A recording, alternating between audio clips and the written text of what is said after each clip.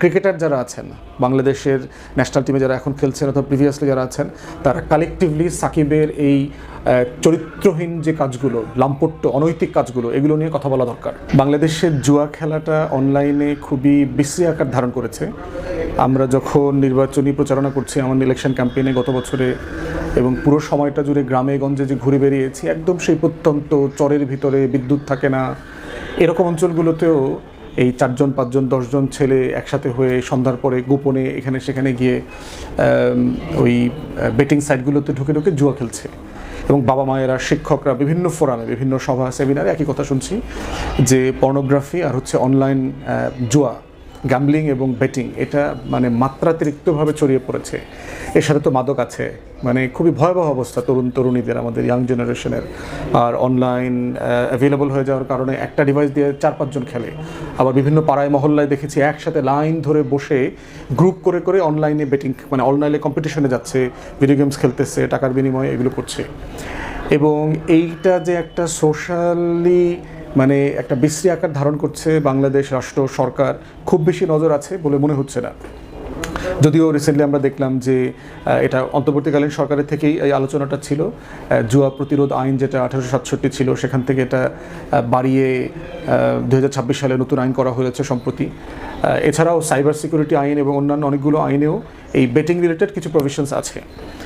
এইটার সাথে সবচেয়ে গুরুত্বপূর্ণ অনুষঙ্গ যেটা হয়েছে সেটা হচ্ছে আমরা দেখেছি বিভিন্ন সময় মডেল, তথাকথিত উঠতি, তৃতীয়, থার্ড রেটেড, ফোর্থ গ্রেডেড নায়ক নায়িকা, গায়ক গায়িকারাও এইসব জায়গাতে বিজ্ঞাপন দেয়।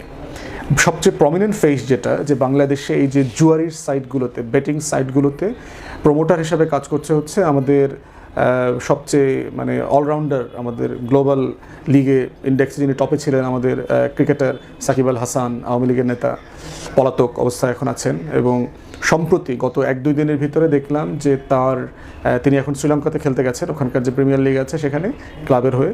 তো ওখানে তিনি কোড নাম্বার সহ বেটিং সাইটের গেঞ্জি পরে ওখানে ওটার প্রোমো দিচ্ছেন এবং ভিডিওতে বার্তা দিচ্ছেন খেলবার জন্য আর কি। এইটা তো জাতির জন্য খুবই লজ্জাজনক। কিন্তু ওই যে সাকিব আল হাসানের ব্যাপারে আমরা তো প্রচুর শুনেছি যে আল্লাহ তাকে সবই দিয়েছে, শুধু মনুষ্যত্ব দেয় নাই আর কি। তার বাড়ি গাড়ি, অর্থ সম্পদ, কোনো কিছুর তো ঘাটতি নাই। অল্প বয়সে সে যা পেয়েছে এই দেশ থেকে, খুবই প্রান্তিক একটা অভাবী গরিব পরিবারের ছেলে, ওই জায়গা থেকে উঠে এসে সে বাংলাদেশের অন্যতম ধনী ব্যক্তির মধ্যে পরিণত হয়েছে।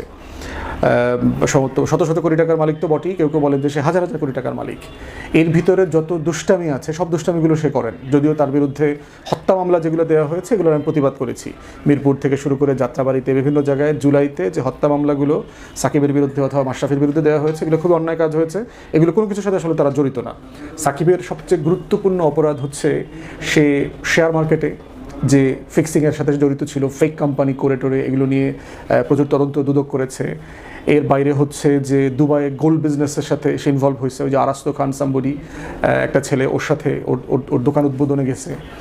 এরপরে হচ্ছে যে এই বেটিং, ম্যাচ ফিক্সিং, এগুলো সব কিছুর সাথে সে ইনভলভ। মানে নৈতিকতার জায়গায় মোস্ট মোরালি করাপ্ট একটা ছেলে। এবং সে নিয়মিতভাবে এই জুয়ার জন্য, বেটিং সাইটের জন্য কন্টিনিউয়াসলি প্রমোট দিচ্ছে এবং যার অধিকাংশ ভক্ত শ্রেণী তো বাংলাদেশিরা, লক্ষ লক্ষ ছেলেমেয়েরা এটা দ্বারা ইনফ্লুয়েসড হচ্ছে। তারা বোধ করছে যে এটা সাকিব আল হাসান যেহেতু করছে তাদের এখানে ইনভলভ হওয়া দরকার। গ্রামে গঞ্জে তৃণমূলে মানুষ ফকির হয়ে যাচ্ছে এবং এটার সাথে যারা জড়িত তারা চুরি ছিনতাইয়ের সাথে ইনভলভ হচ্ছে। এটা টাকা জোগাড় করবার জন্য, বেটিং সাইটে অংশগ্রহণ করবার জন্য। এর বাইরে হচ্ছে চুরি ছিনতাইয়ের সাথে সাথে মাদকের সাথে ইনভলভ হয়ে যাবে। এইটার সাথে সাথে হচ্ছে যে ব্যবসার সাথে ইনভলভ হবে, যত অবৈধ ব্যবসা আছে।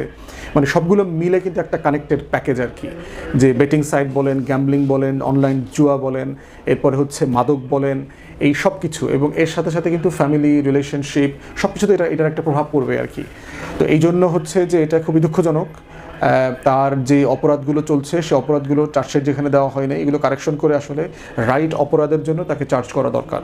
যে বাংলাদেশের আমাদের পুরো জাতীয় মোরাল ডেপ্রাভেশনের জন্য তাকে দায়ী করা দরকার, সে যে কাজগুলো করেছে। এরপরে তো ক্রিকেটার থাকা অবস্থায় আওয়ামী লীগের হয়ে নির্বাচন করা, এসে সিরিয়াস কনফ্লিক্ট অফ ইন্টারেস্ট। একটা জাতীয় দলের প্লেয়ার হয়ে আওয়ামী লীগের দালালি করা, এমপি হওয়া, যেগুলো আসলে যায় না, সে কোনোভাবে এটা করতে পারে না। এটা খুব অন্যায় কাজ করেছে।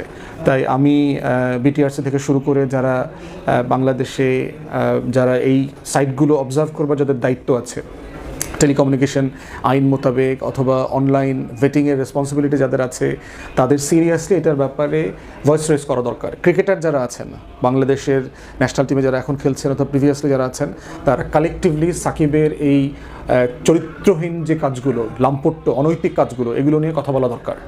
তার ক্রিকেটের যে স্পেশালিটি, যে স্পেশালাইজেশন, সেটা অন্য আলোচনা, ওই বিষয়ে আমাদের কোনো সন্দেহ নাই। সে অত্যন্ত ভালো আন্তর্জাতিক মানের ক্রিকেটার, কিন্তু বাকি যে কাজগুলো সে করছে জাতির নৈতিকতা নষ্ট করবার জন্য, তরুণদেরকে নষ্ট করবার জন্য, আমাদের সামাজিক পারিবারিক ধর্মীয় মূল্যবোধ নষ্ট করবার জন্য, এগুলোর ব্যাপারে আমাদের কালেকটিভলি আওয়াজ তোলা দরকার।